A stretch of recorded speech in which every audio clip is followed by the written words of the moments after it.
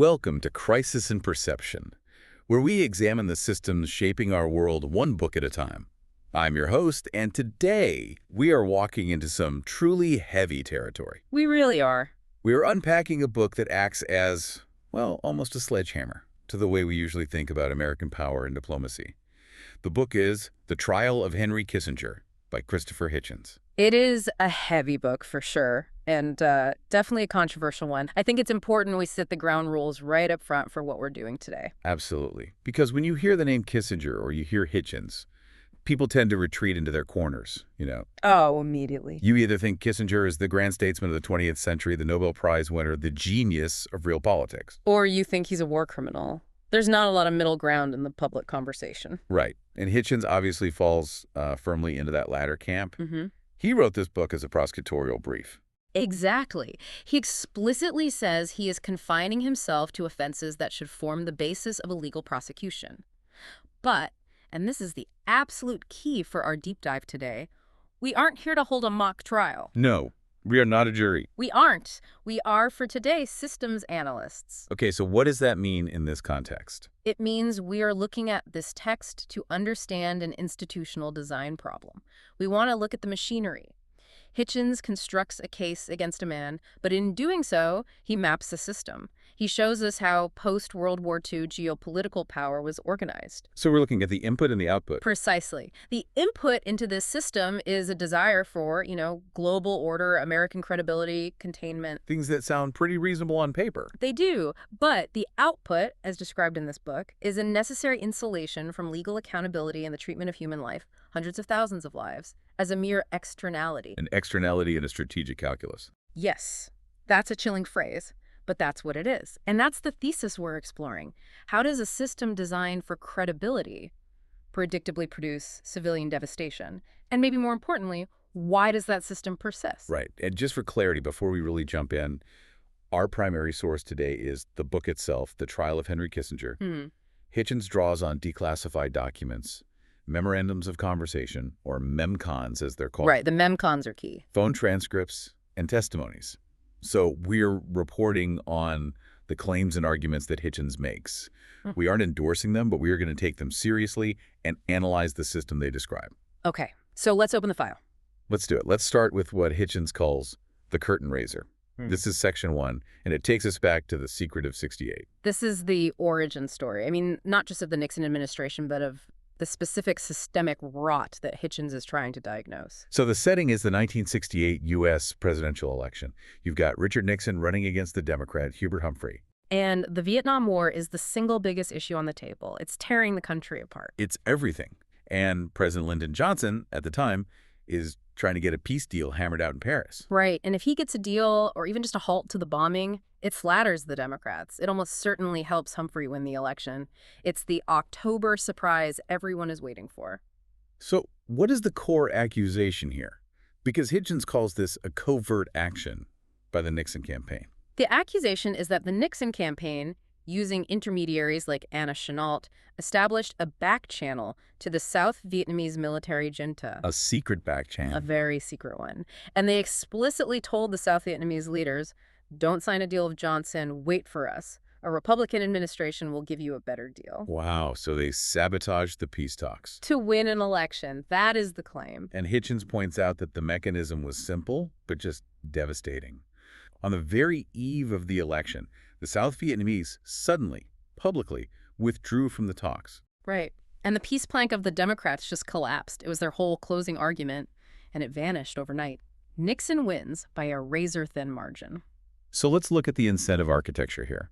This is exactly what you meant by an institutional design problem. It is. You have a system where the immediate acquisition of power winning the White House is an incentive that outweighs the public good, which in this case is literally ending a war. It's the ultimate trade-off, isn't it? And Hitchens argues this isn't just some fringe conspiracy theory. He calls it an open secret in Washington. An open secret. How can it be both? Because he says academic historians, senior reporters, former cabinet members, they all know it, or they know pieces of it. But it's rarely summarized in one place and presented as, treason. Okay, so why? If it's known, why isn't it in every single history book as a massive world-changing scandal? Bipartisan complicity. This is the purloined letter of American politics, as Hitchens puts it. It's hidden in plain sight. What does that mean for the system? Disclosing it doesn't just hurt Nixon. It implicates the statecraft of multiple presidencies. It suggests that the entire diplomatic machinery of the United States can be hijacked for domestic political gain. So if you pull that thread... If you pull that thread, the whole sweater of statesman-like conduct unravels. No one in the establishment has an incentive to pull it. And this is where we see the externality we talked about earlier, the human cost. The human cost is staggering. The war dragged on for 4 more years. 4 years. And in that time... Hitchens notes that 20,000 additional American names were added to the memorial wall. 20,000. And that's just the American side. An uncalculated, probably incalculable number of Vietnamese, Cambodian, and Laotian lives were lost. Hundreds of thousands, certainly. And here is the bitter, just absolutely staggering irony that Hitchens hammers home. When Nixon finally concluded the war in 1972... he accepted the exact same terms that had been on the table in Paris in 1968. That is devastating. It renders those 4 years of death and destruction geopolitically pointless. The delay was purely for political positioning. So it wasn't about getting a better deal. No, it was about winning and then consolidating power. And Hitchens places Kissinger right at the center of this. He portrays Kissinger as the primary beneficiary. How so? He parlayed this secret knowledge, this covert action, into his role as national security advisor. He proved his utility to Nixon by showing he could play this dark, cynical game. So Kissinger enters the White House with a secret that bonds him to Nixon. Yes. But also a secret that sets the tone for literally everything that follows. Exactly. The foundation is built on this act, and this leads us directly into the conduct of the war itself. Section 2, Indochina. And this is where we really have to talk about this word credibility, because in the book, Hitchens argues that the war wasn't fought for victory. No, everyone knew victory was impossible. The CIA knew it, the Pentagon knew it. So why continue? For credibility. What does that even mean? Credibility is the engine of the system. It's the currency.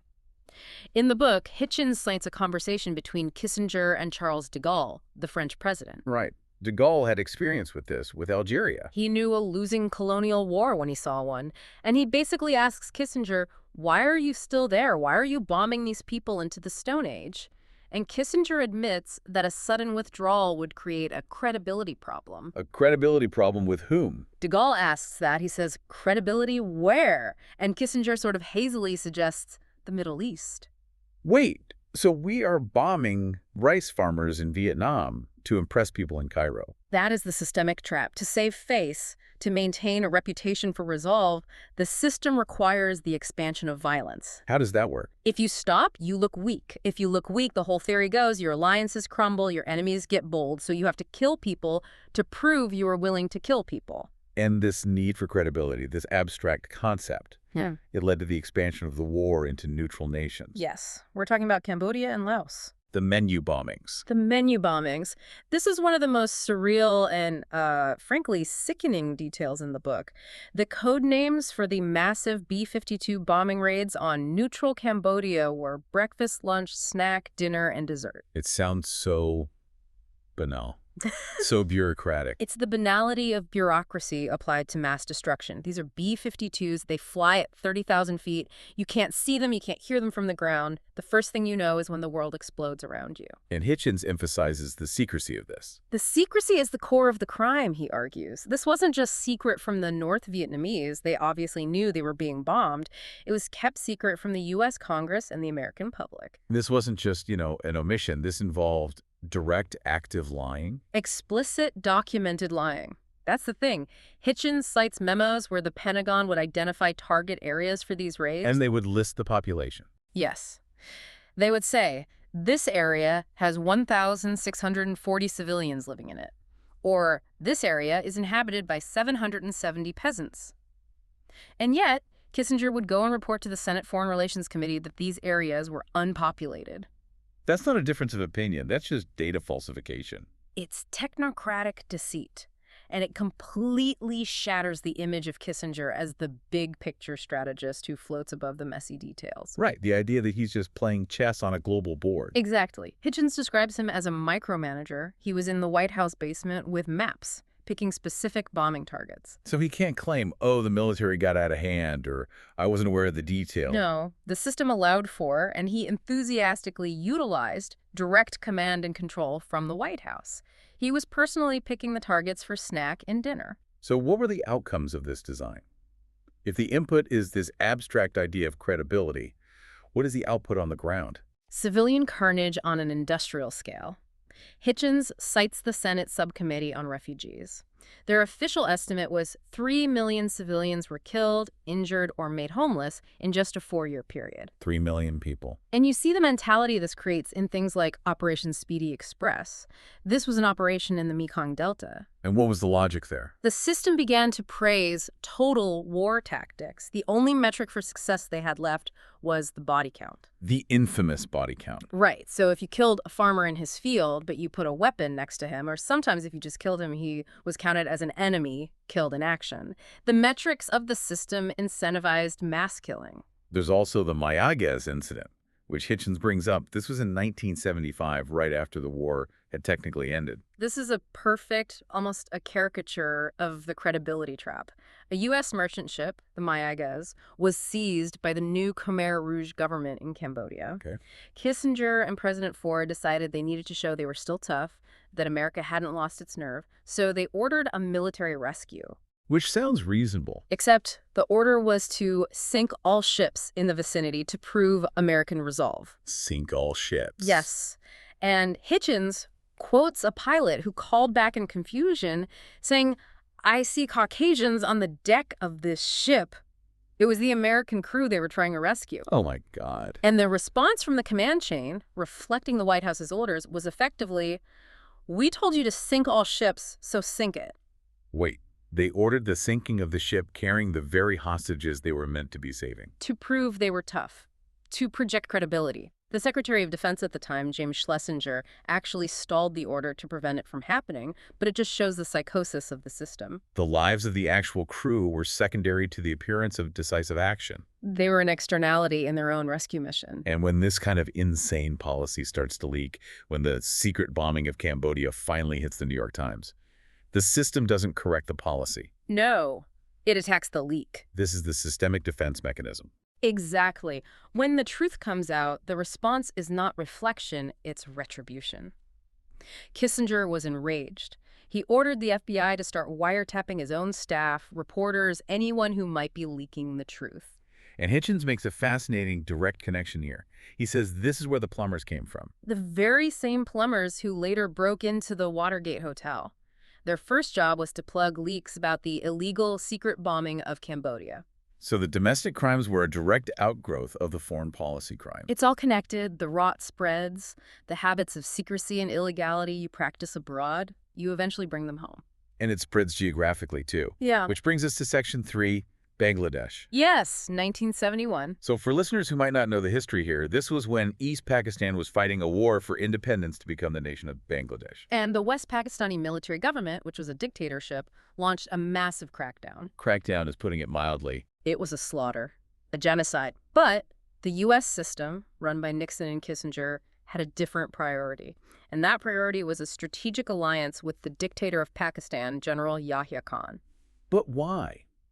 Why support a brutal military dictatorship over a popular democratic movement? Because of the China card. This is the geopolitical hierarchy concept in action. Okay, unpack that. Kissinger was using Yahya Khan as a secret middleman to open up talks with Mao's China. That was the big game. That was history with a capital H. And in that game, the lives of hundreds of thousands of Bengali civilians were irrelevant. They were noise. this is where we get the infamous tilt. The tilt was the official policy instruction that came down from the White House. Tilt towards Pakistan, support them, arm them, defend them at the UN, even as they are massacring their own citizens. But there was a censor in the system, right? Yeah. Someone on the ground tried to sound the alarm. Archer Blood, a name to remember. He was the U.S. Consul General in Dhaka, the capital of what would become Bangladesh. And he sent a cable. He and 20 of his staff signed and sent a famous dissent cable, now known as the Blood Telegram. And he didn't mince words. He didn't use diplomatic language. He used the word genocide. Wow. He said the United States government was complicit in genocide. That is a career-ending cable to send. And it was intended to be. It was one of those rare moments where the system's internal moral sensors actually worked. The people on the ground saw the horror and they reported it truthfully. But the system at the top, Kissinger, he just shut it down. How did he react? With contempt. Hitchens quotes him ridiculing the diplomats in the State Department who bleed for the dying Bengalis. He mocked them for their empathy. Yes. Archer Blood was recalled. His career was effectively sidelined. The system punished the dissent to protect the policy. That's the key takeaway. And the outcome on the ground. The U.S. ignored the massacre, and the killing continued. But it goes further than that.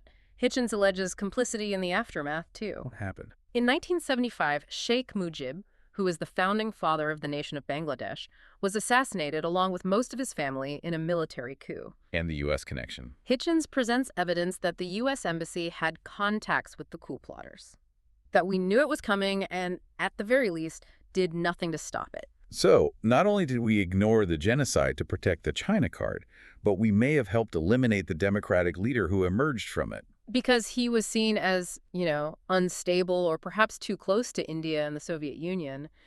The structural argument Hitchens makes is that the system values a geopolitical abstraction like opening relations with China infinitely more than it values actual human lives. It's a recurring theme. The abstraction on the map is real. The people on the ground are shadows. And nowhere is that starker, I think, than in the case of Chile. Section 4. This is probably the most famous or infamous case against Kissinger. And it starts with a quote that just, it takes your breath away every time you read it. I don't see why we need to stand by and watch a country go communist due to the irresponsibility of its people. The irresponsibility of its people. He's talking about voters in a democratic election. He's talking about the Chilean electorate, who had the audacity to elect a democratic socialist, Salvador Allende, in a free and fair election. So the system's bias is laid bare right there. Democracy is good, but only if you vote for the guy we like. If you vote wrong, you are irresponsible, and your democracy can and should be revoked. This sets up the entire toolkit of destabilization. And we had Track I and Track II. Right. What's the difference between them? Track I was the overt stuff. Diplomatic and political pressure, economic maneuvering, propaganda. Track 2 was the covert stuff, the CIA, the dirty tricks, the coup plotting. And Nixon gave the order to make the economy scream. Explicitly, that was the quote. That's economic warfare against a civilian population designed to create chaos so the military would have a pretext to intervene. But it gets much darker than that. Hitchens details the case of General René Schneider. Yes. Now, this is a name that doesn't get taught in high school history. Who was General Schneider? He was the commander-in-chief of the Chilean army. And crucially, he was a constitutionalist. Meaning he believed in the rule of law. Yes. He believed the army should not interfere in politics. If Allende won the election and was confirmed by the Chilean Congress, Schneider believed the army's duty was to respect the Constitution and let him take office. So he was a man of integrity. And for that reason, he was an obstacle. He was the main obstacle to a military coup. The U.S. system, as it was operating, could not tolerate a soldier who followed the law of his own country. So Hitchens details how the U.S. decided to remove this obstacle. Remove is the key verb. The plan was to kidnap him, to get him out of the way. And how was the U.S. involved? Hitchens cites declassified cables showing the shipment of sterile weapons, untraceable machine guns and grenades, sent via diplomatic pouch to conspirators in Chile who were planning the kidnapping. We sent guns in a diplomatic pouch to a gang to take out the head of the Chilean military. That is the evidence presented. And when Schneider fought back during the kidnapping attempt, he was shot and killed. And Kissinger's defense on this? His defense has always been that Track 2 had been turned off before Schneider's death, that he had called it off. But Hitchens argues. Hitchens argues the green light remained on. The system had already set the parameters. Allende must not take power. Schneider was in the way. The outcome was predictable, even if the specific details weren't directly ordered on that specific day. And eventually, of course, Allende is overthrown in 1973. General Pinochet takes power. And we get the Pinochet regime. Which brings us to Operation Condor. A truly terrifying transnational operation. It was an intelligence-sharing network, a consortium of South American dictatorships. Chile, Argentina, Uruguay, Brazil, to track and kill political dissidents across borders. So if you were a Chilean dissident who escaped to Argentina, they could get you. Exactly. They hunted people down. And the U.S. knew about this. Oh, they knew about it. They helped facilitate the communications. But the most damning piece of evidence Hitchens presents is a memcon from June of 1976. A memorandum of conversation. Yes. Kissinger is meeting with Pinochet. Pinochet is being criticized all over the world for human rights abuses, torture, disappearances, death squads. And Kissinger tells him what? He tells him, quote, "We want to help, not undermine you." He says, "My evaluation is that you are a victim of all left-wing groups around the world." He's reassuring a torturer. He's giving him a green light. He advises Pinochet to just get the human rights problem over with. If you can finish these measures, do it quickly. It's the same logic again. The violence isn't the problem. The bad PR from the violence is the problem. And this environment of impunity that the U.S. created leads directly to an act of terrorism in Washington, D.C. The Letelier assassination. Orlando Letelier was Allende's former ambassador to the U.S., living in exile in D.C. In September 1976, a car bomb planted by Pinochet's secret police killed him and his American assistant, Ronnie Moffett, right on Sheridan Circle. A foreign government detonated a car bomb in the capital of the United States and assassinated 2 people. And Hitchens links this directly to the environment Kissinger created. When you tell a dictator, we are behind you, when you treat their intelligence services as partners, they assume they have a license to kill, even in your own backyard. It's the feedback loop again. You create a system to achieve a goal, and that system produces outcomes you can't control. Or outcomes you choose to ignore. Let's move east. Section 5. East Timor. This is another one of those green light moments, isn't it? It is the green light pattern, almost verbatim. It's December 1975. President Gerald Ford and Kissinger are in Jakarta, the capital of Indonesia, visiting the dictator, Suharto. And the context is that East Timor, a former Portuguese colony, was about to become independent. Yes. A small, mostly Catholic and somewhat leftist-leaning territory on an island.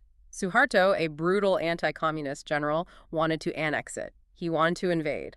But he needed U.S. permission. He did, because his entire army was supplied with U.S. weapons, and U.S. law is very clear. You cannot use American weapons for a war of aggression. It's illegal. So he has to ask Ford and Kissinger for permission. And we have the transcript. He asks them. And Kissinger's response is a masterclass in plausible deniability. He says, quote, "It is important that whatever you do succeeds quickly." Whatever you do. He avoids the word invasion. He knows the legal implications.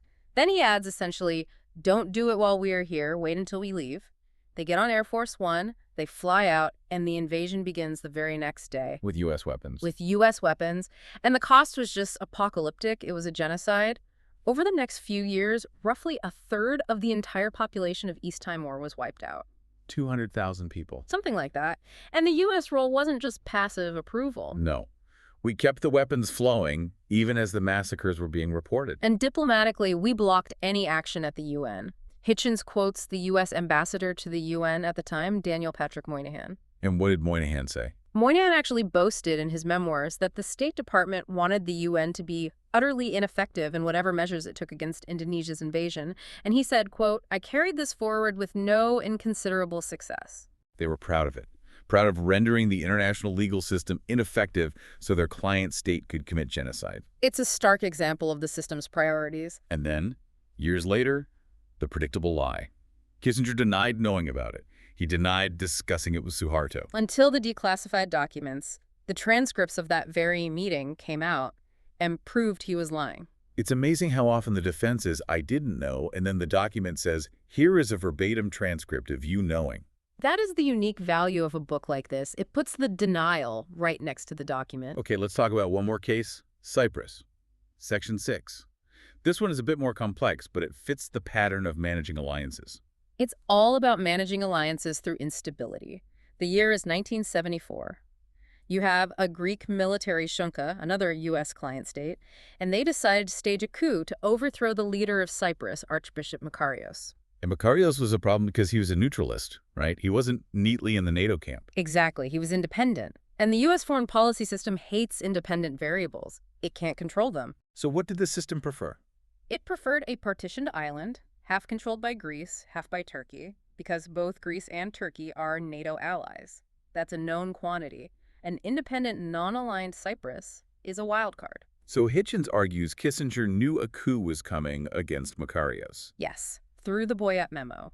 A State Department official named Thomas Boyett sent an urgent memo warning that the Greek junta was planning to assassinate Makarios. And Kissinger did nothing to stop it. He let it happen. The coup happened. Then Turkey invaded, ostensibly to protect the Turkish minority on the island, and the end result was a partitioned island. Which was the system's preferred outcome all along. Or at least an acceptable and manageable one. But again, the cover-up involved lying. Hitchens focuses on a transcript where Kissinger is talking to the Chinese foreign minister, Qiao Guanhua. And he lies about it. He tells him, "I was in Moscow when the coup happened. I had no intelligence about it." Was he in Moscow? No. And he clearly had intelligence. Hitchens calls this hysterical lying. It's lying when you don't even necessarily need to lie, just to keep the fog of war thick. It becomes a systemic reflex. So we have this pattern: Vietnam, Cambodia, Bangladesh, Chile, East Timor, Cyprus. The design is always about credibility and control. The incentive is secrecy and the use of force. And the outcome is devastation. And impunity. Right. That's the final piece of the puzzle. Section 7. The feedback loop. Why do the people who do these things never face consequences? Sovereign immunity. This is the shield. It's a legal doctrine that says state officials are generally immune from prosecution for actions they take as part of their official duties. So it converts crimes into policy. Precisely. If I hire a hitman to kill a business rival, that's a felony. If the National Security Advisor facilitates a coup that results in the killing of a constitutional general, that's statecraft. But Hitchens wrote this book because he saw a crack forming in that shield. The Pinochet precedent. In 1998, Augusto Pinochet, the very dictator Kissinger helped install and protect, was arrested in London. That was a huge moment. I remember that. It was seismic. A Spanish judge issued a warrant for crimes against humanity, and the British police arrested a former head of state on that warrant. It shattered the assumption of absolute immunity. And it introduced this idea of universal jurisdiction. Exactly. The idea that some crimes, like torture and genocide, are so heinous that they are an offense against all of humanity, and therefore any court anywhere in the world can prosecute them. And this terrified Kissinger. Hitchens argues it did. He describes this incredible incident at the Ritz Hotel in Paris. Kissinger was staying there. A French judge investigating the deaths of French citizens who disappeared in Pinochet's Chile sent police to the hotel to serve him a summons. A summons to answer questions. Just to testify. And what did the grand statesman do? He fled. He fled. He left the country immediately. Hitchens describes this as the crisis in perception made real. The old world, where you are an untouchable VIP, collided with the new world, where you are a suspect in a criminal investigation. That's a powerful image. The man who ordered the secret bombing of Cambodia running out the back door of the Ritz to avoid a subpoena. It shows that the system creates this powerful insulation, but that insulation isn't absolute anymore. There are cracks in the wall. But he didn't go to jail. He went back to New York and continued to appear on TV and make millions of dollars. And that's the interconnection of systems. Hitchens notes that Kissinger didn't just retire. He founded Kissinger Associates, a hugely profitable consulting firm. He monetized his connection. He monetized his connections and his secrets. The media system treats him as a wise elder statesman. The corporate world pays him millions for his access and analysis. The system protects its own because, in a way, he is a system. So let's unpack the so what of all this. We've gone through this dark dossier. What does this mean for us, the listener, trying to understand how the world actually works? Well, the mission of this deep dive, as we said at the beginning, was to map the system. And here's the map we've drawn from Hitchens' work. You have a foreign policy architecture designed for deterrence and the projection of credibility. That's the input. Right. But because that system prioritizes credibility over international law or basic human rights, it predictably, not accidentally, produces violence. It is designed to view human life as an externality. And because it relies on secrecy and the shield of sovereign immunity, it insulates the decision makers from the consequences of that violence. Exactly. Hitchens isn't just saying Kissinger is a bad man. He's saying Kissinger is the perfect avatar of a system that makes these outcomes inevitable. If you prioritize an abstract notion of order over law, you get Chile. If you prioritize resolve over negotiation, you get the secret illegal bombing of Cambodia. And Hitchens' challenge to us as readers and citizens is to stop seeing these events as mistakes or blunders or tragedies. Right. We often hear pundits say, the U.S. blundered into Vietnam. Hitchens says, no. It wasn't a blunder. It was a series of conscious designs and choices. It forces us to reframe our own responsibility then. It's not just about judging one man's morality. It's about understanding the architecture we live in. And the crisis of the title is in our perception. We mistake systemic features for bugs. We think the secrecy is a malfunction. Hitchens argues the secrecy is the point. The system cannot function in the light of day if the public knows what is being done in its name. That is a heavy thought to leave people with. Yeah. But it's a necessary one. If we want to change the output of the machine, we have to understand how the machine is built. And we have to be willing to apply the same laws to dominant powers that we apply to defeated regimes. That was Hitchens' ultimate point. Law is only law if it applies to everyone. If it only applies to the losers, it's not law, it's just victor's justice. A truly provocative thought to end on. Indeed. We have covered a lot of dark ground today, from the secret sabotage of the '68 election, all the way to the killing fields of East Timor. And it's important to remember, as Hitchens does, that all of this is documented. The memcons, the cables, the declassified transcripts, it's all there if you look for it. This project is free and publicly accessible. If you'd like to support the time, tools, and research behind Crisis in Perception, you can become a supporter on Patreon. For a shorter visual overview of this topic, see the mini explainer linked in the description. And if you enjoy this kind of systems-level analysis, please like, subscribe, and comment with books or topics you'd like us to explore next. We're always looking for the next deep dive. Until then, keep questioning the system. Thanks for listening.